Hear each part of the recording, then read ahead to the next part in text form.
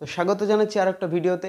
দেখো, আজকের ভিডিওতে আলোচনা করব দ্বাদশ শ্রেণীর ইতিহাসের তৃতীয় অধ্যায় নিয়ে। অর্থাৎ এই তৃতীয় অধ্যায় থেকে কি কি পড়তে হবে, অর্থাৎ তৃতীয় অধ্যায় কি বিষয়বস্তু আছে সেগুলো তো আমরা জানবোই, পাশাপাশি কোন ধরনের কোশ্চেন আসতে পারে, এমসিকিউ এসএকিউ এখান থেকে কি কি পড়ে যাবে, অর্থাৎ কোন ভাগটা থেকে বেশি পরিমাণে এমসিকিউ বা এসএকিউ আসতে পারে, বড় কোশ্চেন কি থাকতে পারে, তার উত্তরগুলো কি হবে, সবগুলো আজকে এই ভিডিওর মাধ্যমে জানবো। তো একটুখানি এখানে বলে রাখি, যদি কেউ বলো যে এমসিকিউ এর সাজেশন করে দিতে বা এসএকিউ এর সাজেশন করে দিতে, সেখান থেকে কিন্তু একটু মুশকিল হয়। কারণ সাজেশন দিলে দেখা গেল তুমি পেয়েও গেলে, কিন্তু যে বিষয়টা তুমি পড়ছো ওর ভিতরে কিন্তু তোমার কোনো জ্ঞান সেরকম আসে না। তো আমি বলবো, বইটা যদি খুঁটিয়ে পড়তে পারো তো কোনো সাজেশনের ওপর তোমার নির্ভর করতে হবে না। যদি বিষয়বস্তু তোমার জানা থাকে, তুমি বড় কোশ্চেনের উত্তর তো লিখে আসতে পারবেই, সাথে এমসিকিউ বা এসএকিউ এর উত্তরগুলো কিন্তু তুমি খুব ভালোভাবে করে আসতে পারবে। অর্থাৎ কোনো সাজেশনের ওপর তোমাকে নির্ভর করতে হবে না। তো দেখো, বই আমি বলছি বইটাকে একটু খুঁটিয়ে পড়ো, তাতে তোমার জানার যে পরিমাণটা বা জ্ঞানের প্রসারটা তো বাড়বেই, সাথে অনেক উপকার হবে। তো দেখো, তৃতীয় অধ্যায় কি আছে না, দ্বাদশ শ্রেণীর ইতিহাসের তৃতীয় অধ্যায় ঔপনিবেশিক আধিপত্যের প্রকৃতি। অর্থাৎ তৃতীয় অধ্যায়ের নাম কি আছে? ঔপনিবেশিক আধিপত্যের প্রকৃতি, নিয়মিত ও অনিয়মিত সাম্রাজ্য। এই তৃতীয় অধ্যায়ের থেকে কি কি পড়তে হবে বা কি কি বিষয়বস্তু সম্পর্কে আমাকে জানতে হবে, সেটা একটু তোমরা এখন দেখে নাও, এবং ওই বিষয় সম্বন্ধে আমরা এখানে কিন্তু সবিস্তারে আলোচনা করব এক কথায়। তো কি কি আছে একটু দেখে নাও। খুব দ্বিতীয় অধ্যায়ের নাম কি? ঔপনিবেশ প্রকৃতি, নিয়মিত ও অনিয়মিত সাম্রাজ্য। দেখো, এটাকে দুটো সমীক্ষাতে ভাগ করা হয়েছে, সমীক্ষা 1 এবং সমীক্ষা 2। তো সমীক্ষা 1-এ কী লেখা আছে দেখো, বলছে ঔপনিবেশিক রাষ্ট্র হিসাবে ভারত। এর প্রথম পয়েন্ট কি আছে দেখো, আছে রাজনৈতিক আধিপত্যের প্রতিষ্ঠা। দু নম্বরে আছে নিয়ন্ত্রণ যন্ত্র বা শাসনযন্ত্র। 3 নম্বর আছে দেখো ঔপনিবেশিক রাষ্ট্রের অর্থনীতি। 4 নম্বর আছে দেখো রেলযাত্রার সূচনা। 5 নম্বর আছে দেখো বিলম্বিত এবং নির্দিষ্ট কিছু শিল্পের বিকাশ। 6 নম্বরে আছে দেখো ভারতে ব্রিটিশ সাম্রাজ্যের বৌদ্ধিক বিচার। এরপর আছে দেখো সমীক্ষা 2-তে কী লেখা আছে আমরা দেখব। সমীক্ষা 2-তে আছে দেখো চীন সাম্রাজ্যবাদী দেশগুলির অর্থনৈতিক নিয়ন্ত্রণ ছাড়া চীনের অর্থনৈতিক বিকাশ।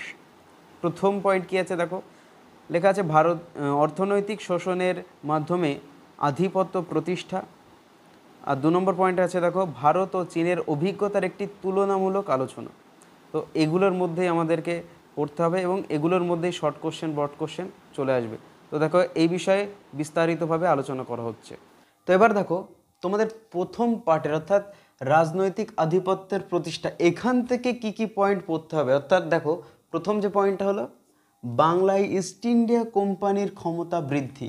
অর্থাৎ একটা কোম্পানি ভারতবর্ষে বাণিজ্য করতে এসে সেখান থেকে তারা কিভাবে ভারতবর্ষকে নিজের উপনিবেশ স্থাপন করে সেখানে তাদের বাণিজ্যিক যে ক্ষমতা সেটা বৃদ্ধি করেছিল, সেটা কীভাবে করেছিল সেটা কিন্তু এখানে পড়তে হবে। এরপরে কি বলছে দেখো, দক্ষিণাত্যে ইং ফরাসি দ্বন্দ্ব। অর্থাৎ এই যে ইং এবং ফরাসি, অর্থাৎ ব্রিটিশ এবং ফরাসিদের মধ্যে কিন্তু একটা দ্বন্দ্ব সৃষ্টি করেছিল। কারণ হলো দক্ষিণাত্যে ফরাসিরা বাণিজ্যের ক্ষমতা বৃদ্ধি করবে না ব্রিটিশরা ক্ষমতা বৃদ্ধি করবে, এই নিয়ে কিন্তু এদের মধ্যে একটা ঝামেলা সৃষ্টি হয় বা দ্বন্দ্বের সৃষ্টি হয়। এই দ্বন্দ্বে কিন্তু ফরাসিরা ক্রমশ হেরে যেতে থাকে, ফলে এদের কিন্তু অতটাও আধিপত্য করার ক্ষমতা হয়নি যতটা ব্রিটিশ বা ইংরেজরা করেছিল এখানে। এবার বলছে দেখো রাজনৈতিক শক্তি হিসেবে কোম্পানির আত্মপ্রকাশ। অর্থাৎ একটা কোম্পানি বাণিজ্য করতে এসে কিভাবে ভারতবর্ষের বুকে রাজনৈতিক প্রতিষ্ঠা করেছিল, অর্থাৎ রাজনীতি প্রতিষ্ঠা করেছিল। তো তারা ভেবেছিল যে শুধু ব্যবসা করলে হবে না, এই ভারতবাসীর উপরে কি করতে হবে না, তাদের নিজস্ব শাসন কার্যটা নিয়ন্ত্রণ রাখতে হবে। এই কারণেই তারা কিন্তু এখানে একটা রাজনৈতিক শক্তি হিসেবে নিজেদেরকে আত্মপ্রকাশ করার চেষ্টা করেছিল বিভিন্ন প্রক্রিয়ার মাধ্যমে। এবার বলছে দেখো কোম্পানির দেওয়ানি লাভ। কোম্পানির দেওয়ানি লাভ অর্থাৎ এই দেওয়ানি লাভের মাধ্যমে তারা কিন্তু বিনা শুল্ক অর্থাৎ বিনা খাজনায় কিন্তু এখানে তারা কি করতে পারে না, ভারতবর্ষে তারা বাণিজ্য করতে পারে এই দেওয়ানি লাভের মাধ্যমে। এবার বলছে দেখো দ্বৈত শাসন ব্যবস্থা। এই দ্বৈত শাসন ব্যবস্থা কি? দ্বৈত মানে অর্থাৎ দুরকম শাসন ব্যবস্থা। দেখো, নবাবের শাসন থাকা অবস্থায়, অর্থাৎ নবাব সিংহাসনে শাসন থাকা অবস্থায় কিন্তু ইংরেজ কোম্পানি এই নবাবকে নিয়ন্ত্রণ করতো একটা কীভাবে অদৃশ্যভাবে কী করতো না, নবাবকে তারা নিয়ন্ত্রণ করতো। অ্যাকচুয়ালি কথা হলো শাসন কার্যটা চালাতো হলো কোম্পানি, কিন্তু কার নামে চলতো না, যে নবাব সিংহাসনে বসেছিল তার কথা মতোই কিন্তু, অর্থাৎ ইংরেজ কোম্পানির কথা মতো এই নবাব তার শাসন কার্য চালনা করতো। এক কথায় হলো ইংরেজ কোম্পানির পুতুল হিসেবে পরিণত হয়েছিল নবাবরা। এবার কি বলছে না, ইং মহীশূর দ্বন্দ্ব। দেখো এই ইং মহীশূর দ্বন্দ্ব কিন্তু 3টে পর্যায়ে ঘটেছিল। প্রথমটা ঘটেছিল দেখো 1767 থেকে 1769, 1780 থেকে 1784 এবং 1790 থেকে 92। এই ইং মহীশূর দ্বন্দ্ব, অর্থাৎ কোম্পানির সঙ্গে মহীশূরের যে সমস্ত রাজা বা অধিপতিরা ছিল তাদের কিন্তু 3টে পর্যায়ে দ্বন্দ্ব বা যুদ্ধ লেগেছিল। এরপরে বলছে ইং মারাঠা দ্বন্দ্ব, সেটা প্রথমে ঘটেছিল 1775 থেকে 82, প্রথম ইং মারাঠা দ্বন্দ্ব বা যুদ্ধ। এরপরে দ্বিতীয়টা ঘটেছিল 1803 থেকে 1805, আর তৃতীয়টা দেখো 1817 থেকে 1819। ঠিক একইভাবে ইং শিখ দ্বন্দ্ব বা যুদ্ধ এটা ঘটেছিল দেখো, এটা দুটো ঘটেছিল। একটা হলো প্রথমটা ঘটেছিল 1845 থেকে 46, এর পরেরটা অর্থাৎ দ্বিতীয় ইং শিখ দ্বন্দ্ব ঘটেছিল 1884 থেকে 1849।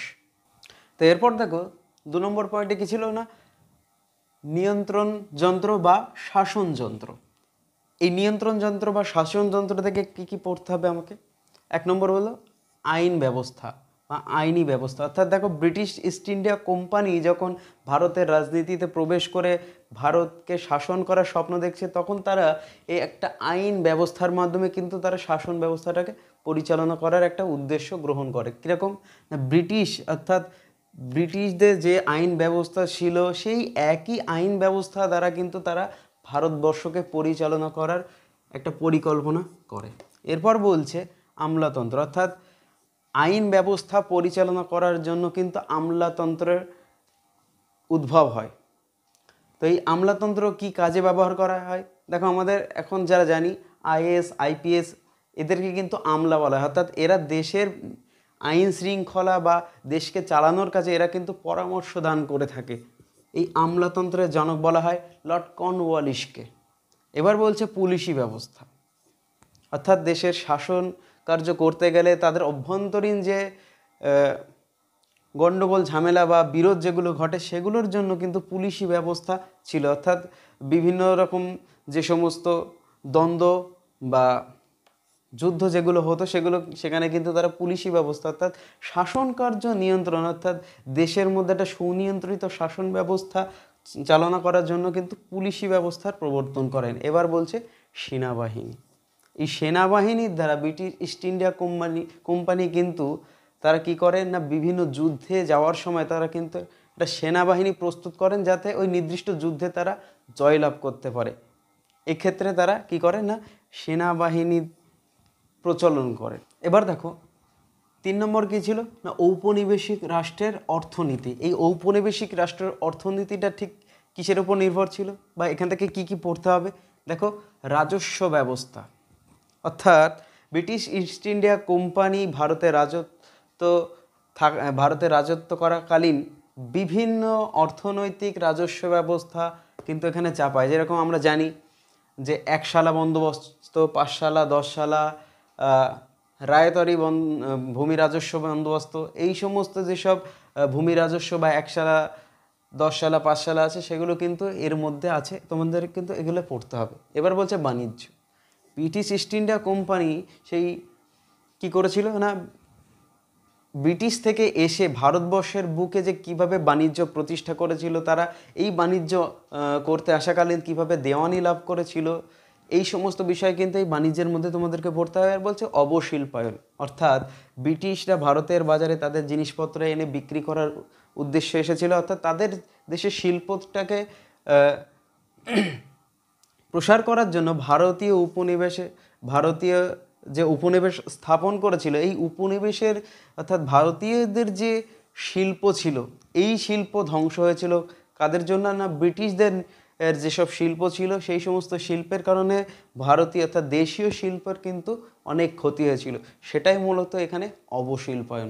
তো এরপর দেখো কি পড়তে হবে না রেলযাত্রার সূচনা। তো এই রেলযাত্রার সূচনা থেকে প্রথমে আমাদের কী কী পড়তে হবে না রেলপথ স্থাপনের উদ্দেশ্য। প্রথমেই বলে রাখি যে ভারতে প্রথম 1853 খ্রিস্টাব্দে কিন্তু ভারতের রেলপথ স্থাপন করা হয় না বোম্বে থেকে থানে পর্যন্ত 21 মাইল এই রেলপথ কিন্তু এখানে স্থাপন করা হয়। এর মূল উদ্দেশ্য কী ছিল না যারা এই ব্রিটিশ ইস্ট ইন্ডিয়া কোম্পানি যেহেতু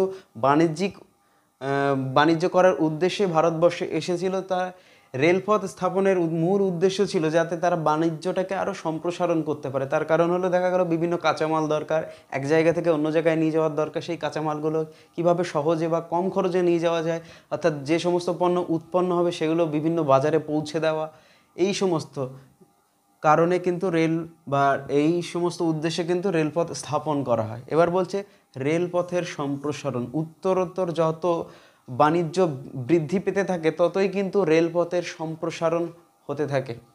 এরপর কি বলছে না ভারতীয় অর্থনীতিতে রেলপথ নির্মাণের প্রভাব। দেখো এই ভারতীয় অর্থনীতিতে রেলপথের কিন্তু দুরকম প্রভাব বা অর্থনীতিতে রেলপথ নির্মাণের দুরকম প্রভাব পড়েছিল, একটা হলো সদর্থক আর একটা হলো নঙর্থক দিক। তো সদর্থক দিকে আর নঙর্থক দিকে কী আছে তোমরা একটু বই থেকে পড়ে নেবে, আমি জাস্ট এখানে বলে দিচ্ছি যে কি কি তোমাদেরকে এখানে পড়তে হবে, ঠিক আছে।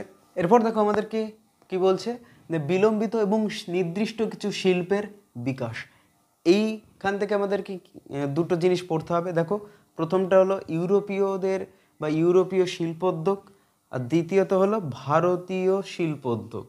এই ইউরোপীয় শিল্পোদ্যোগ দেখো ইউরোপীয়রা চাইবে যে তাদের যে শিল্প বা তাদের যে ব্যবসা বাণিজ্যকে কেন্দ্র যে শিল্পকে কেন্দ্র করে ব্যবসা বাণিজ্য বেড়ে উঠছে সেটাকে আরও যাতে সম্প্রসারিত করা যায় সে বিষয়ে বিভিন্ন উদ্যোগ নেওয়া। আর ভারতীয়দের হলো যে সমস্ত দেশীয় শিল্প অর্থাৎ ভারতীয়দের নিজস্ব শিল্প যেটাকে কেন্দ্র করে তারা ব্যবসা বাণিজ্য করে, সেই সমস্ত শিল্পকে কীভাবে প্রসারিত করা যায় সেই যে উদ্যোগ সেটাই হলো ভারতীয় শিল্প উদ্যোগ। এরপর দেখো ভারতে ব্রিটিশ সাম্রাজ্যের বৌদ্ধিক বিচার। এখান থেকে কি কি পড়তে হবে তিনটে পয়েন্ট। একটা হলো হিতবাদ বা উপযোগবাদ। এই হিতবাদ বা উপযোগবাদটা কি? হিতবাদ বা উপযোগবাদ সম্বন্ধে ব্রিটিশরা বলেছেন যে যখন কোনো কাজের ফল অন্য কোনো ব্যক্তি বা বস্তুর উপর কোনো নেতিবাচক অর্থাৎ কোনো ক্ষতিকারক প্রভাব ফেলে না, সেটাই হলো বলছে হিতবাদ বা উপযোগবাদ। তারা দেখো এখানে ব্রিটিশরা চেয়েছিল যে ভারতীয় যে শিক্ষা ব্যবস্থা, ব্রিটিশরা মনে করতো এই শিক্ষা ব্যবস্থা অতি নিকৃষ্ট মানের শিক্ষা ব্যবস্থা। তারা কি চেয়েছিল যে না, যেহেতু তারা বাণিজ্যিক স্বার্থে এই ভারতবর্ষে এসেছিল, তারা চাইছিল যে তাদের মধ্যে ব্রিটিশ শিক্ষার একটা সম্প্রসারণ করতে, অর্থাৎ তাদের যে সমস্ত ভাষাগত সমস্যা ছিল সেগুলো দূর করতে এবং তাদের যে সমস্ত কালচারাল যে সমস্যাগুলো ছিল সেগুলো দূর করতে তারা কি করেছিল না এই ভারতীয় শিক্ষাকে তারা নিকৃষ্ট মানের শিক্ষা বলে কিন্তু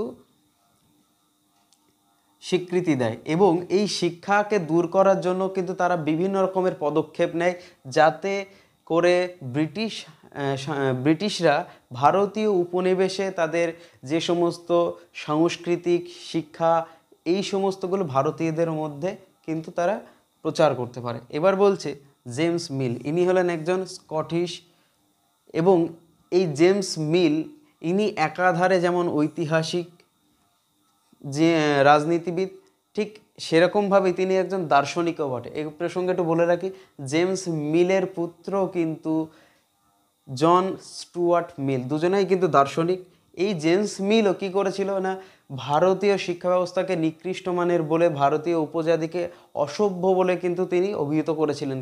কারণ কি না ব্রিটিশরা মনে করতো যে তাদের থেকে আর সভ্য সমাজ বা সভ্য জাতি কিন্তু পৃথিবীর বুকে আর নেই, তাই ভারতীয়দেরকেও তাদের মতো করার জন্য কিন্তু তাদের সংস্কৃতি বা তাদের শিক্ষা ব্যবস্থাকে ভারতীয়দের উপর চাপিয়ে দিতে চেয়েছিল। এবার বলছে টমাস বেবিংটন মেকলে। এই টমাস বেবিংটন মেকলে লর্ড বেন্টিংয়ের আমলে ভারতবর্ষে আসেন এবং কমিটি অফ পাবলিক ইনস্ট্রাকশনের সভাপতি হিসেবে কিন্তু ইনি নিযুক্ত হয়ে তিনি কি করেছিলেন না শিক্ষাক্ষেত্রে অর্থাৎ বিভিন্ন অর্থ ব্যয়ের কথা বলেন, অর্থাৎ ভারতীয়দেরকে ইংরেজি শিক্ষায় শিক্ষিত করতে হবে, তাদের মধ্যে পাশ্চাত্য শিক্ষার প্রসার ঘটাতে হবে, যাতে ব্রিটিশদের বাণিজ্য বা ব্রিটিশদের রাজনীতিতে কোনো অসুবিধা না হয়। অর্থাৎ যে সমস্ত ভাষাগত সাংস্কৃতিকগত অসুবিধা ছিল, তিনি এই টমাস বেবিংটন মেকলে কিন্তু এসে তার একটা মতবাদ কিন্তু তিনি এখানে প্রচলন করেছিলেন। মতবাদ বলতে তার যে শিক্ষাক্ষেত্রে যে একটা নীতি ছিল, সেই নীতিটা কিন্তু তিনি এসে প্রবর্তন করেন, যেটাকে আমরা মেকলে মিনিট বলে জানি। এবার দেখো দ্বিতীয় যে পার্টটা ছিল চীনের, সেটা হলো সেখান থেকে প্রথম যেটা ছিল যে অর্থনৈতিক শোষণের মাধ্যমে আধিপত্য প্রতিষ্ঠা। এখানে দেখো প্রথমে কি পড়তে হবে, দেখো চীনে বিদেশি পুঁজির অনুপ্রবেশ, অর্থাৎ চীনেও যারা বিদেশ থেকে বা বহিরাগতরা যারা বাণিজ্য করতে এসেছিল, তাদের যে পুঁজি চীনে বাণিজ্য করতে এসে তাদের যে পুঁজির অনুপ্রবেশ ঘটেছিল, সেটাই হলো চীনের বিদেশি পুঁজির অনুপ্রবেশ। এটাকে তোমরা ডিটেলসে পড়তে হবে বই থেকে। এরপরে বলছে খনিজ সম্পদের অধিকার। এই বিভিন্ন খনিজ সম্পদ বিভিন্ন বৈদেশিক যারা বাণিজ্যিক সংস্থা ছিল, তারা চীন থেকে কিন্তু নিজেদের দেশে নিয়ে গিয়ে তারা কী করতে চেয়েছিল না, নিজেদের বাণিজ্যকে সম্প্রসারণ করতে চেয়েছিল, নিজেদের দেশের শিল্পকে উন্নত করতে চেয়েছিল। এবার বলছে দেখো এটা একটু উল্টো হয়ে গেছে, প্রথমে অসম চুক্তিটা আসবে। এই বিভিন্ন খনিজ সম্পদ অধিকরণের জন্য বিভিন্ন সময় বিভিন্ন অসম চুক্তিতে কিন্তু স্বাক্ষর করতে হয় চীনকে। যেমন আমরা জানি নানকিংয়ের সন্ধি, বোগের সন্ধি, হোয়ামপোয়ার সন্ধি, বিভিন্ন যে সমস্ত সন্ধিগুলো কিন্তু এই অসম চুক্তির মধ্যেই পড়ে। এবার বলছে ক্যান্টন বাণিজ্য। ক্যান্টন মূলত একটা বাণিজ্যিক বন্দর। এই ক্যান্টন বাণিজ্যকে কেন্দ্র করেই কিন্তু চীনের সমস্ত, অর্থাৎ ক্যান্টনকে চীনের প্রধান বাণিজ্য কেন্দ্র বলা হয়। এই বাণিজ্য কেন্দ্রকে ঘিরে কিন্তু যে সমস্ত বৈদেশিক বণিক গোষ্ঠী আছে, তারা কিন্তু এই ক্যান্টন বাণিজ্য দিয়েই প্রবেশ করে চীনের ভিতরে তারা কি করেছিল না, বাণিজ্যকে আস্তে আস্তে সম্প্রসারণ করছিল।